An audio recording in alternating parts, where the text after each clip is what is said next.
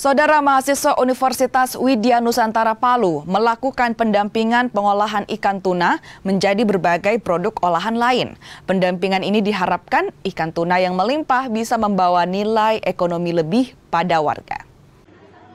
Ikan tuna yang melimpah di perairan Donggala kini tidak hanya dijual mentah, tetapi mulai diolah menjadi produk bernilai ekonomi. Sejumlah mahasiswa Universitas Widya Nusantara Palu hadir di tengah masyarakat Desa Boneoge untuk mendampingi ibu rumah tangga mengolah hasil laut tersebut. Dalam pendampingan ini, para ibu rumah tangga mendapat pelatihan mengolah tuna menjadi berbagai produk siap konsumsi, mulai dari abon tuna, sambal, hingga olahan makanan kekinian yang lebih praktis dipasarkan. Harapannya, produk ini dapat memiliki nilai jual lebih tinggi dibandingkan hanya menjual ikan segar. Tujuan dari pendampingan ini ada pun indikator yang akan kami capai. Yang pertama itu meningkatkan soft skill dari tim PPK Ormawa. Kemudian yang kedua itu meningkatkan pengetahuan dan cara pengolahan ikan dengan cara yang baik untuk menjadi nilai produk yang bernilai jual.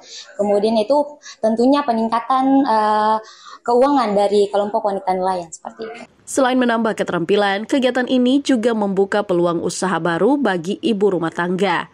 Dengan kemampuan mengolah ikan tuna, mereka diharapkan dapat mandiri secara ekonomi, serta menjadikan produk olahan dari Desa Boneoge sebagai identitas baru daerah. Dengan adanya pelatihan ini dan kami bisa menghasilkan produk yang bisa tidak selama dunia merakyatlah untuk sementara dulu. Jadi dari tempat ini kami juga dibantu sama teman-teman rekan-rekan supaya bisa untuk memasarkan lebih luas lagi dari tempat ini. Karena di kampung kami kan sudah termasuk daerah wisata.